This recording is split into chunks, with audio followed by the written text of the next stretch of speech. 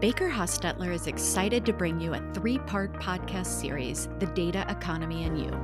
You might have heard the term data is the new oil. In this podcast series, we'll be taking a look at how the recent U.S. privacy laws are revolutionizing what it means to sell data, how data should be governed and managed by retail and tech industries in particular because of these new requirements, and what businesses can do to identify and mitigate against regulatory enforcement and litigation risks. I'm Amy Kottman, and you're listening to Baker Hosts. On today's episode, we'll dive into these privacy litigation trends with partners jserrato, Bethany Blukitsch, and Matt Pearson. Jawan is co-leader of the group's digital transformation and data economy team. Bethany is co-leader of the class action defense practice team, and Matt is a member of the group's privacy and digital risk class action and litigation team. Welcome to the show, Jawan, Bethany, and Matt. Thanks for having us, Amy. Glad to be here. Yep, happy to be here. Jawan, let's begin with you. What do you think are the hot litigation trends in privacy today? As we talked about some of the revolutionary changes in the privacy law landscape in the first podcast, I think what we're noticing in litigation and regulatory enforcement is that privacy is really, I think the expression that I have heard is privacy has grown up. It is not about best practices anymore. It is not about industry guidelines. A lot of the laws that have passed in the last 3 years have made some of the disclosure and notice requirements so explicit and technical and granular. And because of these disclosure requirements, the notice requirements in several of the states in the United States, the companies are really trying to grapple with what they say on their website about the collection of data and how the data is used.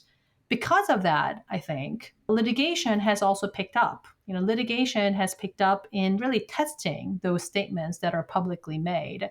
So what information is collected? Is consent required for that collection? Is that particular way that the data is used within the consumer expectation? Those are the kinds of bedrocks, privacy-related questions that we have been testing for a while. What's different with the litigation trends today is that now the companies have, on the one hand, the disclosure requirements for meeting the compliance with the laws. And on the other hand, you've got the litigants and the private plaintiffs testing whether those notices are indeed true. We're seeing that trend in regulatory enforcement, as we hinted at during the first podcast, with the regulators testing whether what you say is indeed happening in the use of online tracking technologies and the question about sale.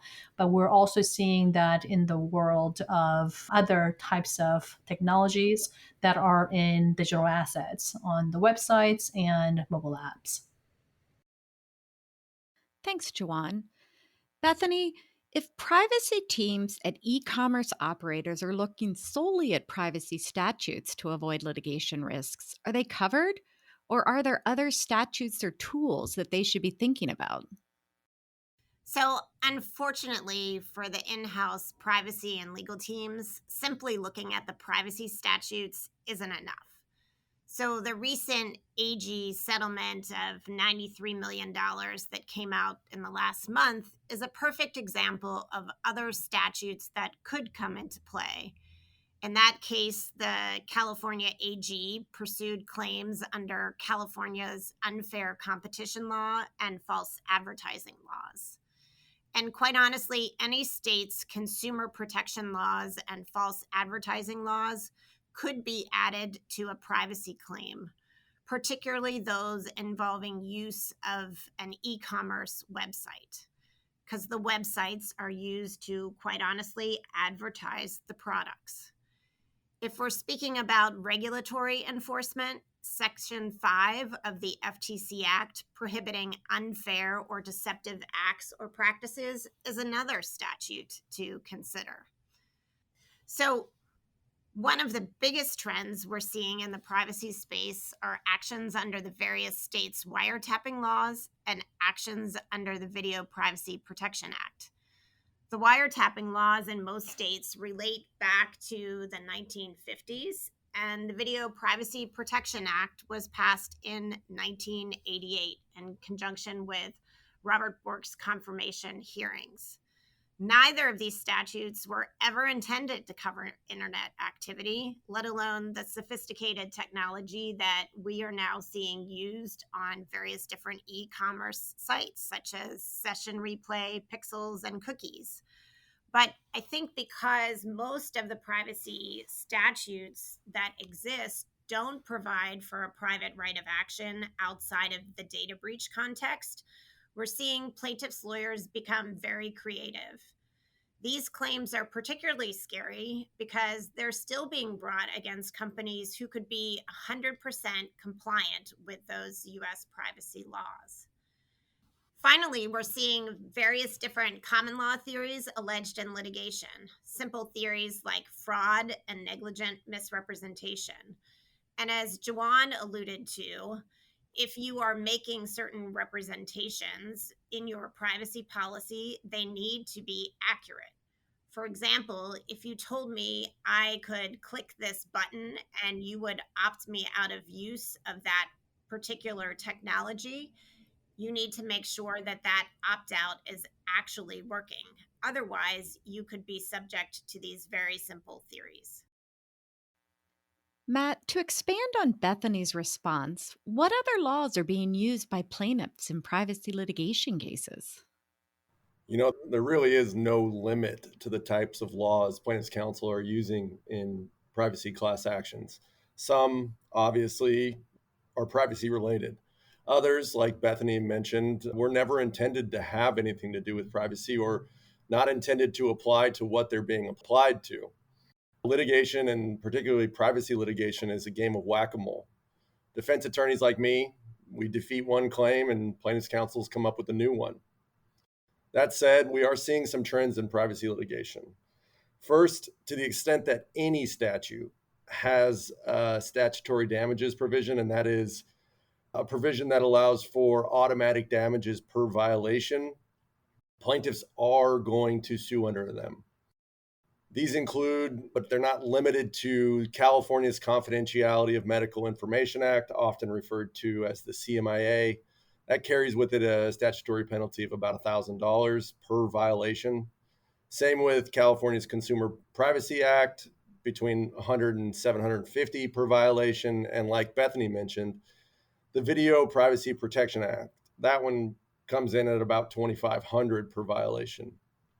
We're also seeing claims under various state right of publicity acts, which, like we discussed, probably doesn't apply here, but if they have statutory damages, they are going and are being asserted. Second, there are various tort claims, and these include invasion of privacy, bailment, breach of fiduciary duty, breach of confidence, negligence per se. It could go on and on and on and on. Many of these claims are dead in the water when it comes to certain types of privacy claims. For example, invasion of privacy generally requires an affirmative disclosure, and we know that in cyber attacks, there is no affirmative disclosure. But that doesn't stop plaintiffs' counsel. The way they look at it, every time they assert a claim, it's another attempt to expand the jurisprudence and give them an opportunity in the next class action. Third, we're seeing contract and quasi-contract claims like breach of contract, breach of implied contract, and unjust enrichment.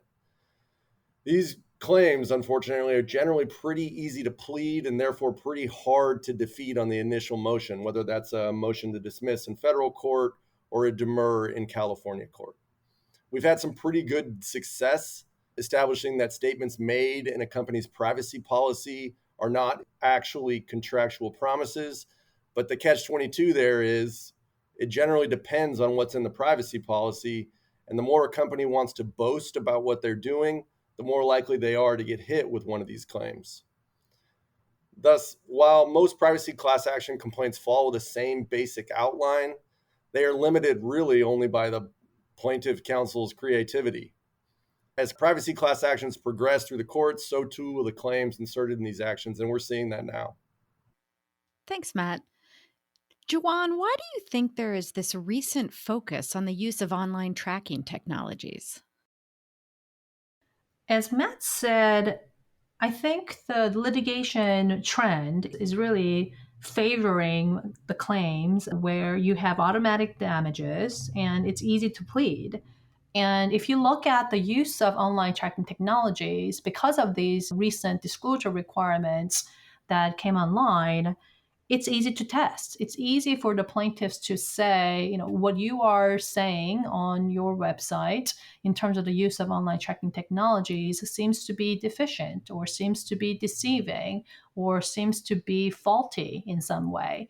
And so we're really kind of starting to see the litigation claims come in where they are looking to, and as Bethany and Matt said, it doesn't have to be a CCPA violation. And a lot of these lawsuits are really not pleading CCPA. It's pleading 30, 40, 50 years old laws going back to UCL claims and false advertising and deceptive claims. And so these theories are not new. They're applying it to this particular technology because in the past, this type of use of technology on the website may not have been the biggest litigation risk, right? This is a new risk. And as Matt said, it's playing whack-a-mole. And maybe in the next couple of years, it'll be something else. But for this year and for the near foreseeable future, what we see is that there is a healthy demand for the plaintiffs to test how third parties are engaged and what kinds of cookies and pixels and online tracking technologies are deployed, and whether that use is within the consumer's expectation, and whether that transfer of data is amounting to what some of the plaintiffs will argue is wiretapping. So again, it's this healthy dose of skepticism and misunderstanding of how these online tracking technologies work, combined with how easy it is to bring these lawsuits. Bethany, what are the potential benefits or efficiencies you see in web tracking technologies? Something we debate in litigating these cases is always, what is the harm to any particular plaintiff or claimant? Why does it matter if any cookie drops that shouldn't drop? Or what is the harm associated with any given pixel? Claimants often only think of the negatives, a diminishing of the control of their data or autonomy over their information. But I think one thing that is often overlooked are the efficiencies and benefits of these tracking technologies. For example, some of these tracking technologies, they save time. They save time when you go to look for certain products. For example, sometimes those products just show up on your browser or show up in your social media. And they also can lead to more competition and lower barriers to entry in the marketplace. And therefore, that has a great consumer benefit of potentially lower prices. So I think there are a lot of benefits of these technologies that have to be taken into account when you're looking at the harm associated with potentially an extra cookie or a tracking technology being on a website. And Matt, as our final question, what are the practical implications for companies when they're faced with these privacy litigation claims? Truthfully, and I don't think this is going to come as a surprise to anybody listening to this, but it really is a scary world out there right now. With the ease with which companies can get new technology and implement new technology, and quite frankly, the overall engagement companies are experiencing on their website, one minor foot fault can result in significant litigation exposure. Quite frankly, it reminds me a lot of the call recording litigation that we're kind of seeing taper off now. I had a case where the company thought they had done everything right, the right disclosures, the right notices. Turns out one of the disclosures didn't make it on one of the toll-free telephone lines. And because the company was receiving so many calls, which quite honestly is what companies want, right? Customer engagement. But because they were receiving so many calls, the litigation exposure was immense. But in terms of actual practical advice, I think I would say just slow down. It's so easy to go fast right now. Companies want to know how their customers are engaging with their website. They want to know how to leverage the information they have on customers to better tailor the customer's experience. I know companies want to identify and take advantage of every growth opportunity, and they should, but they just need to do it the right way. Taking the time on the front end really makes a big difference. Working with experienced counsel and advisors, making sure they're getting the information they want, but in a manner that complies with the law.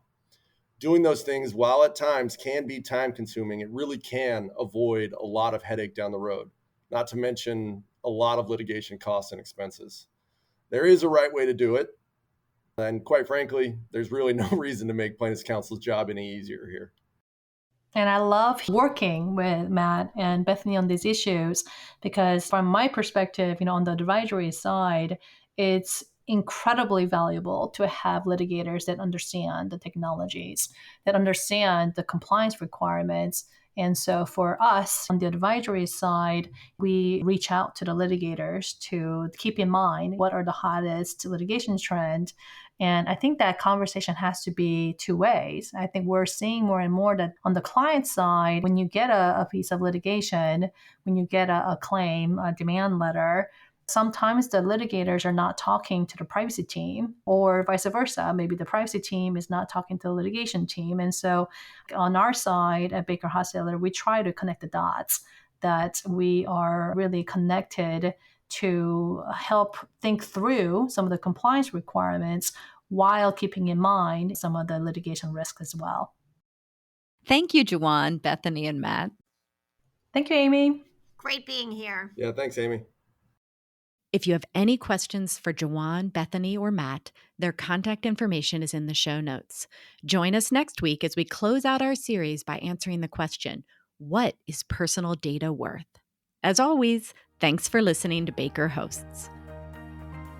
Comments heard on Baker Hosts are for informational purposes and should not be construed as legal advice regarding any specific facts or circumstances.